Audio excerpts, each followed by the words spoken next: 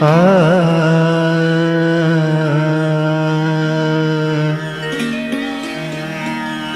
देवानां प्रार्थनां श्रुत्वा भगवान् कमलापतिः शिवं सम्प्रष्टुमारेभे आसीनं मेकले गिरौ नीलोत्पलदलश्यामा सर्वावयवसुन्दरी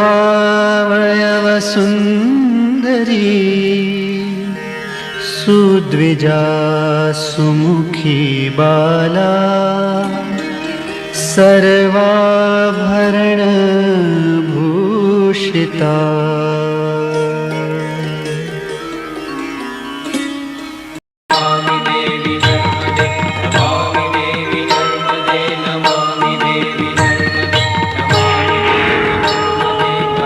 नर्मदे हर, नर्मदे हर, नर्मदे हर.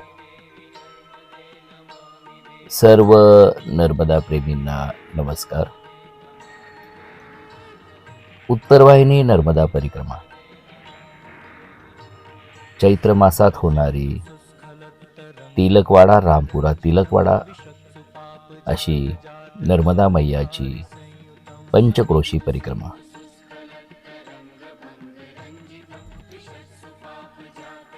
ह्या वेळेसची परिक्रमा आम्हा सर्व भक्तांसाठी एक अद्भुत आणि विशेष आनंद देणारी होती. कारण ह्या वेळेस परिक्रमेत आमच्यासोबत इष्टदैवत सद्गुरू श्री शंकर महाराज यांच्या चरणपादुका सोबत होत्या आणि त्या पादुका घेऊन आम्ही ही पवित्र उत्तरवाहिनी नर्मदा परिक्रमा केली. ह्या व्हिडिओद्वारा आपल्या सर्व भक्तांना या अद्भुत परिक्रमेचं दर्शन आणि या परिक्रमेची माहिती देण्याचा प्रयास करीत आहे. व्हिडिओद्वारा ऋषिकेश ओझा.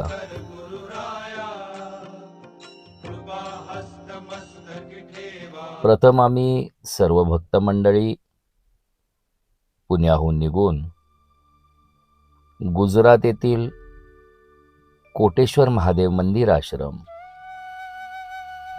या ठिकाणी येऊन पोहोचलो. आश्रमात पोचल्यावर आश्रमाचे महंत सद्गुरू श्री नर्मदानंदजी महाराज व साध्वी शिवेश्वरी यांनी श्री सद्गुरू शंकर महाराजांच्या चरणपादुकांचे वेद मंगल स्वरूपात स्वागत केले. स्वागत पश्चात या चरणपादुका मंदिरामध्ये स्थापन झाल्या. त्यानंतर सर्व भक्त मंडळींनी मिळून श्रींची मनोभावे आरती केली. दुसऱ्या दिवशी पहाटे सर्व भक्त मंडळी शंखाच्या गजरात श्रींच्या पादुकांना घेऊन नर्मदा मैयाच्या किनाऱ्याकडे निघाली. मैयाच्या किनारी पोचल्यावर महाराजांच्या पादुकांना यथासांग स्नान घालण्यात आले. हा सर्व दिव्य अनुभव भक्त मंडळींसाठी अद्भुत होता. आता परिक्रमेचा मुख्य दिवस. भल्या पहाटे आम्ही सर्व भक्त मंडळी परिक्रमेसाठी तयार होऊन गाव बरकाल येथून तिलकवाडा गावाकडे निघालो. तिलकवाडा गावात पोचल्यावर प्रथम स्थान जेथून आम्ही परिक्रमा आरंभ करणार होतो, वासुदेव कुटीर निवास येथे सर्व आम्ही येऊन पोहोचलो. येथे आल्यानंतर आश्रमाचे प्रमुख श्री हेमंत आबा जोशी यांनी श्री महाराजांच्या पादुकांचे स्वागत केले. ह्यानंतर पादुकांना षोडोपचार पूजन व यथासांग पूजा झाली. आश्रमाचे गुरुजी मोरेश्वर जोशी यांनी ही पूजा करून घेतली.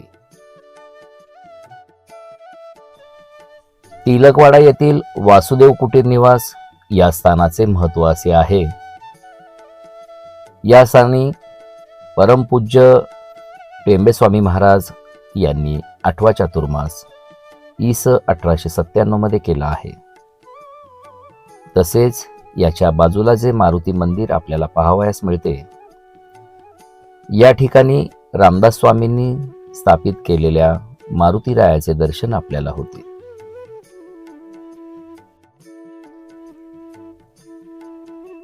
श्री सद्गुरू शंकर महाराजांच्या पादुकांचे पूजन व अभिषेक झाल्यावर आरती झाल्यानंतर आम्ही सर्व भक्त मंडळी दोन्हीकडचे दर्शन घेऊन माता नर्मदेची प्रार्थना करून परिक्रमा आरंभ केली. आता आमची परिक्रमा उत्तर तटावरून सुरू झाली. नर्मदे हर जय जय शंकर, नर्मदे हर जय जय शंकर असा जयघोष करत सर्व भक्त मंडळी महाराजांच्या पादुका घेऊन परिक्रमेत पुढे निघाली. परिक्रमा मार्गातील उत्तर तटावरील प्रथम स्थान गौतमेश्वर महादेव मंदिर येथे आम्ही येऊन पोहोचलो. हे स्थान नर्मदा मैयाच्या उत्तर तटावर असून परिक्रमा मार्गातील दुसरे स्थान आहे. गौतम ऋषींनी आपली पत्नी अहिल्या हिच्या पतिव्रतेवर संशय घेऊन जो तिला शाप दिला होता की तू मार्गात शिळाहून पडून राहा, तेच हे ठिकाण. या ठिकाणी गौतम ऋषींना जेव्हा तपश्चर्या केल्यावर उपरती झाली आणि भगवान ब्रह्मा विष्णू महेश यांनी त्यांना समजावून सांगितले की आपली पत्नी पतिव्रता आहे, तेव्हा त्यांनी तिचा स्वीकार करावा. या पश्चात गौतम ऋषींनी तिन्ही देवांना अशी प्रार्थना केली की आपल्या कृपेने मला या पृथ्वी तलावरील सप्तमातृकांचे दर्शन व्हावे आणि त्रिदेवांच्या कृपेने गौतम ऋषींना पृथ्वीवरील सप्तमातृकांचे दर्शन झाले आहे. या सप्तमातृका आपल्याला येथे पाहावयास मिळतात आणि असा पुरातन उल्लेख आहे की या सप्तमातृकांच्या मूर्ती नर्मदा मैयातून साधारण 1500 वर्षापूर्वी मिळालेल्या आहेत. या ठिकाणचे दर्शन आणि पादुकांचे पूजन करून आपली परिक्रमा आता पुढे आरंभ झाली. परिक्रमेतील उत्तर तटावरील तिसरे स्थान तिलकेश्वर महादेव मंदिर. असं म्हणतात की जेवढे सफेद तीळ या तिलकेश्वराला तुम्ही अर्पण करताल तेवढे तिलकेश्वर तुम्हाला पापाच्या भारातून मुक्त करतात, असा या स्थानाचा नर्मदा पुराणात उल्लेख आहे. येथील दर्शन घेऊन मनोभावे तीळ अर्पण करून सर्व भक्त मंडळी परिक्रमेत पुढे आगमन करतात. परिक्रमेत आता पुढील स्थान लागते ते नर्मदा माता मंदिर. उत्तर वाहिनी नर्मदा परिक्रमेत उत्तर तट आणि दक्षिण तट या ठिकाणी असलेले एकमेव नर्मदा मैयाचे मंदिर आहे. त्यामुळे ह्याला विशेष महत्त्व आणि अत्यंत जागृत मंदिर असून साधारण 200 वर्षापूर्वीचा याचा इतिहास आहे. येथील दर्शन घेऊन पूजा करून आपण आता निघतो पुढील स्थानाकडे. परिक्रमा मार्गातील पुढील स्थान आहे श्री स्वामी मठ अर्थात श्री शंकर महाराज मंदिर. सद्गुरू श्री शंकर महाराजांच्या मंदिरात आल्यानंतर क्षणभर आपल्या सर्वांना असा भास होतो की आपण पुण्यातील धनकवडीतील समाधी मठातच आहोत. असे अद्भुत स्वरूप दर्शन आपल्याला येथे होते.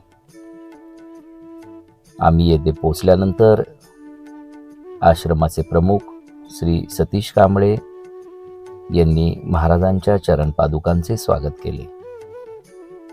त्यानंतर त्यांच्या धर्मपत्नी सविता कांबळे आणि त्यांनी महाराजांच्या चरण पादुकांची षोडोपचार पूजा केली. पश्चात सर्व भक्त मंडळींनी मनोभावे आरती करून परिक्रमा मार्गात पुढे प्रस्थान ठेवले. आता आमचा परिक्रमा मार्ग गावाच्या बाहेर सडक मार्गाने जाऊन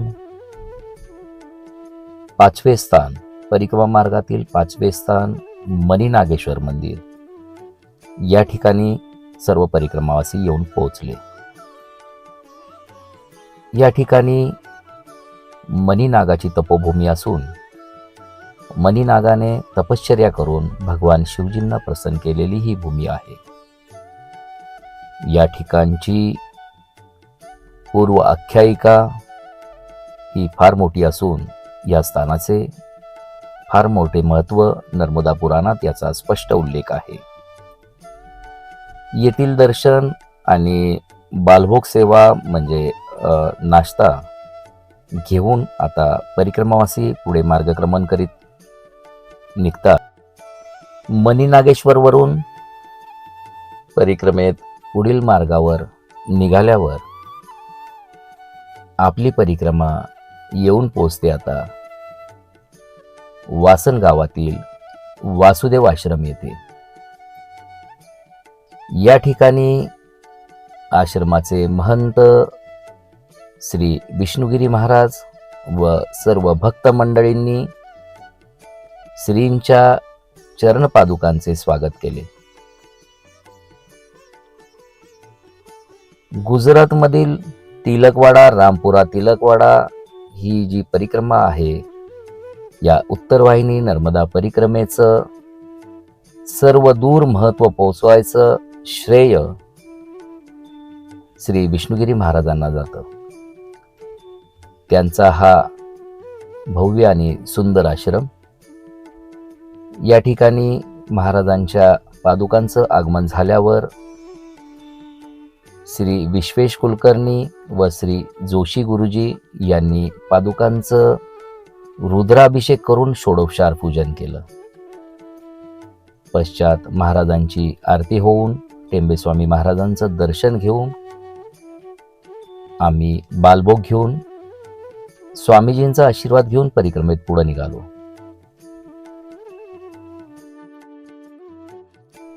वासन आश्रमातून आपण पुढे गेल्यावर पोचतो ते कपिलेश्वर आश्रमात. कपिलेश्वर आश्रम हा नर्मदा मैयाच्या बिलकुल किनाऱ्यावर असून अत्यंत सुंदर व रमणीय आश्रम आहे. ही कपिल मुनींची तपोभूमी असून कपिल मुनींनी तपश्चर्या करून भगवान शिवजींना प्रसन्न केलेली ही भूमी आहे. या ठिकाणचे दर्शन घेऊन आपण आता परिक्रमेत पुढे मार्गक्रमण करीत निघतो. ते पोचतो थेट नर्मदा मैयाच्या किनाऱ्याकडे. आता दुपारचे 12 वाजून गेले होते. चैत्र मासातील उन्हाचा तडाखा जाणवायला सुरुवात झाली होती. पण सर्व भक्त मंडळी महाराजांच्या पादुका घेऊन उत्साहात जय जय शंकर जय जय शंकर असा जयघोष करीत पुढे निघाली. ह्या परिक्रमेतील एक अद्भुत अनुभव आम्हाला असाही येऊन गेला की साक्षात यती सोबत असल्यावर आणि नर्मदा मैयाचा आशीर्वाद सोबत असल्यावर आम्ही भर उन्हात परिक्रमा करत होतो तरी उन्हाचा त्रास कुणा भक्त मंडळींना झाला नाही. तर तटावरून मार्गक्रमण करीत आम्ही पोचलो आता नावाडी जिथे थांबला होता तिथे. नावेत बसून सर्व भक्त मंडळी तट परिवर्तन करण्यासाठी तयार झाली. नावेतनं सर्व मंडळी पलीकडील तटावर म्हणजे दक्षिण तटावर आम्ही सर्वजण येऊन पोचलो.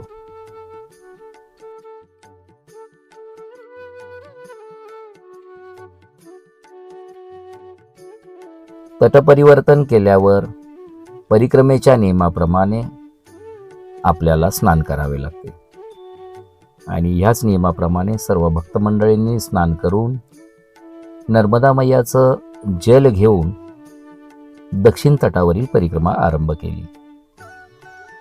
आता दक्षिण तटावरील प्रथम स्थान उत्तरेश्वर महादेव मंदिर या ठिकाणी सर्व भक्त मंडळी आम्ही येऊन पोचलो.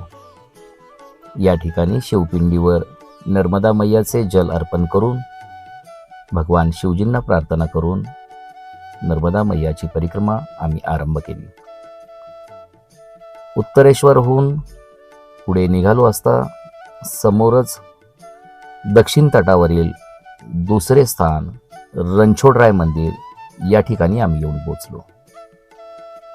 या ठिकाणी रणछोडराय भगवान विष्णूंचे सुंदर असे मंदिर आहे आणि ही रणछोडराय स्वरूपातील मूर्ती येथील राजा विजयसिंह यांना त्यांच्या शेतामध्ये स्वयंभू सापडलेली आहे. ह्या मूर्तीचे आणखीन एक वैशिष्ट्य आपल्याला पाहायला मिळते. ह्या मूर्तीवर भगवान विष्णूंचे दशावतार स्पष्टपणे कोरलेले आपल्याला दिसतात. या ठिकाणची सेवा घेऊन दर्शन घेऊन परिक्रमावासी आम्ही पुढे निघालो. आता दक्षिण तटावरील तिसरे स्थान धनेश्वर आणि लुकेश्वर मंदिर या ठिकाणी आम्ही सर्वजण येऊन पोचलो. हे स्थान जवळजवळ 5000 वर्ष जुने असून ह्या स्थानाचा फार प्राचीन इतिहास पुराणात लिहिलेला आहे. भगवान शिवजी आणि कालनेमी राक्षस व भगवान विष्णूंनी घेतलेले मोहिनी रूप आणि त्यांनी केलेला कालनेमी राक्षसाचा वध त्याची जी कथा आहे ती या ठिकाणी घडलेली आहे. या ठिकाणी पोचल्यावर श्री धनेश्वर श्री लुकेश्वर या दोन्ही शिवलिंगाचे दर्शन आम्ही घेतले. या ठिकाणचे वैशिष्ट्य असे आहे की 2 शिवलिंगांचे मंदिर अगदी समोरासमोर आहे. येथील आश्रमाचे महंत श्री जानकी बापू आणि माताजी यांनी श्रींच्या चरणपादुकांची गुरुजींद्वारे षोडोपचार पूजा व यथासांग आरती केली. यानंतर येथील दर्शन घेऊन सेवा घेऊन आम्ही सर्व भक्त मंडळी आता परिक्रमेत पुढे निघालो. धनेश्वर लोकेश्वरहून परिक्रमेत पुढे निघाल्यावर दक्षिण तटावरील 5वे स्थान मंगलेश्वर महादेव मंदिर या ठिकाणी आमची परिक्रमा येऊन पोहोचली. मंगलेश्वर महादेव मंदिर उत्तर वाहिनी नर्मदा परिक्रमा मार्गातील दक्षिण तटावरील हे स्थान असून मंगळ ग्रहाचे हे स्वयंभू मंदिर आहे. मंगळ ग्रहाने आपल्या तपश्चर्याने भगवान शिवजींना प्रसन्न केल्यानंतर भगवान शिवजी येथे प्रगटलेले आहेत आणि त्यांनी त्यांना आशीर्वाद दिलेला आहे असे हे स्थान. या स्थानाचे एक वैशिष्ट्य असे सुद्धा आहे की ज्यांना कडक मंगलबाधा आहे आणि ज्यांच्या लग्नात विवाहात बाधा येत असेल तर ते इथं येऊन भगवान मंगलेश्वराला काळे तीळ जर अर्पण केले तर मंगलेश्वर महादेव त्यांची इच्छा लवकरच पूर्ण करतात. अशा या दिव्यस्थानाचे दर्शन घेऊन आमची परिक्रमा आता पुढे आरंभ झाली. मंगलेश्वर महादेव मंदिरातील दर्शन घेऊन आम्ही आता पुढे निघालो. आता पुढील टप्पा हा बऱ्यापैकी मोठा होता. साधारण 2.5-3 किलोमीटर अंतर चालून गेल्यावर आम्ही पोचलो तपोवन आश्रमामध्ये. या आश्रमात श्री साईबाबांचे सुंदर मंदिर असून आश्रम परिसर हा अत्यंत भव्य आणि सुंदर आहे. आश्रमाचे स्वामीजी पूर्णानंद सरस्वती महाराज हे साधारण 85 वर्षाचे असून यांना खिडकीवाले बाबा सुद्धा असे म्हणतात. यांचे गेली 20 वर्ष झाले नित्यक्रम नित्यपूजा ह्या एकाच रूममध्ये असून एका ठराविक दिवशी विशिष्ट वेळेला ते आपल्या भक्तांना खिडकीतून दर्शन देतात, म्हणून त्यांना खिडकीवाले बाबा असे म्हणतात. या ठिकाणचे दर्शन व सेवा घेऊन आपण आता पुढे निघालो. पुढे निघाल्यानंतर पुढील स्थान आहे गोपारेश्वर महादेव मंदिर. अत्यंत अद्भुत ठिकाण. कामधेनू गाईच्या पोटातून निघालेलं हे शिवलिंग, या अद्भुत शिवलिंगाचं दर्शन आपल्याला गोपारेश्वर महादेव मंदिर येथे होतं. या शिवलिंगाचं एक असंही वैशिष्ट्य आहे की त्या शिवलिंगाला स्पर्श करून वास घेतल्यावर आपल्याला मोगऱ्याच्या फुलाचा वास येतो. येथील दिव्य दर्शन घेऊन महाराजांचे पूजन करून आपली परिक्रमा आता पुढे आरंभ झाली आणि आता आपण येऊन पोचतो संत रामानंदी आश्रमात. संत रामानंदी आश्रम हा नर्मदा मैयाच्या किनाऱ्यावर असलेला अत्यंत सुंदर आणि भव्य आश्रम आहे. या ठिकाणी पारद शिवलिंगाचं आपल्याला दर्शन होतं आणि असं म्हणतात की कमीत कमी 1 ते 1.5 करोड रुपयाचं हे पारद शिवलिंग आहे. तसेच सेतूमधील तरंगता दगड येथे आपल्याला पाहायला मिळतो. या ठिकाणचे दर्शन घेऊन आपण आता परिक्रमेतील शेवटच्या स्थानाकडे मार्गक्रमण करतो. शेवटचे स्थान आहे संत सीताराम महाराजांचा आश्रम. या ठिकाणी आपली परिक्रमा येऊन आता पोचते.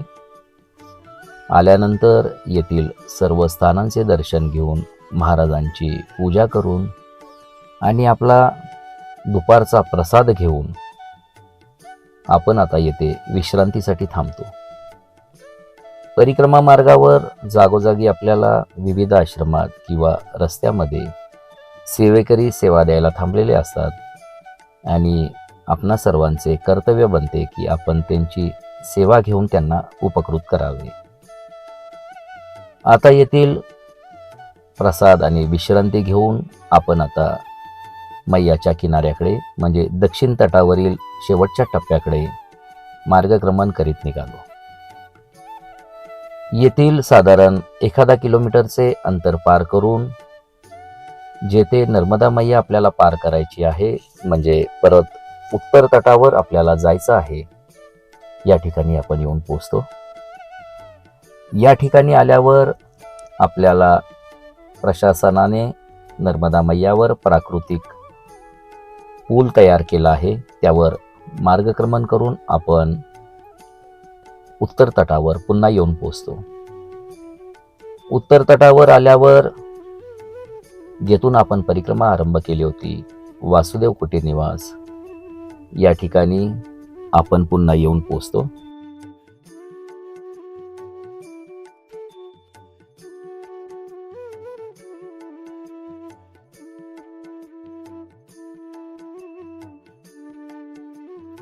वासुदेव कुटीर निवास येथे आल्यानंतर येथील दर्शन घेऊन आणि मारुतीरायाचे दर्शन घेऊन नर्मदा मैयाची प्रार्थना करून आपली ही परिक्रमा समाप्त होते. अशा प्रकारे ह्या वेळेसची परिक्रमा ही आम्हा सर्व भक्त मंडळींसाठी एक अतिशय अद्भुत आनंद देणारी ठरली. श्रींच्या पादुका घेऊन विविध ठिकाणी त्यांचे षोडोपचार पूजन करून आम्ही जी परिक्रमा केली ती आमच्यासाठी एक विशेष अनुभव देणारा होता. परिक्रमा पश्चात सर्व भक्त मंडळींनी गरुडेश्वर येथे श्री टेंबे स्वामी महाराजांचे दर्शन घेतले व येथे अनोखा योग साधला गेला. यतींची साक्षात भेट म्हणजे सद्गुरू श्री शंकर महाराजांची व सद्गुरू श्री टेंबे स्वामी महाराजांची यती भेट होऊन तेथे महाराजांची पूजा वगैरे करण्यात आली. यानंतर सर्व भक्त मंडळी परत आश्रमात परतली. परिक्रमेच्या दुसऱ्या दिवशी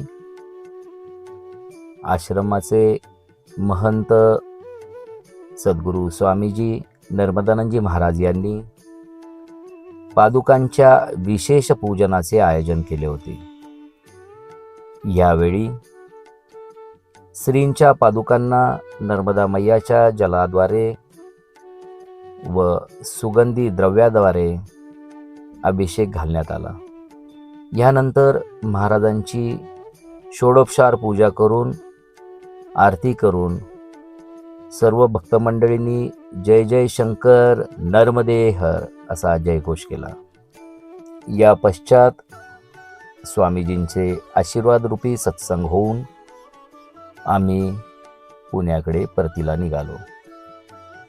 अशा प्रकारे ह्या वर्षीची उत्तरवाहिनी नर्मदा परिक्रमा एक अद्भुत अनुभूती आम्हा सर्वांना देऊन गेली. महाराजांच्या कृपेने व नर्मदा मैयाच्या कृपेने व स्वामीजींच्या आशीर्वादाने ही परिक्रमा उत्तमरित्या पार पडली. आम्हा सर्वांना श्रींच्या पादुका नेण्याचा योग असाच वारंवार मिळत राहो ही त्यांच्या चरणी प्रार्थना. नर्मदे हर, नर्मदे हर, नर्मदे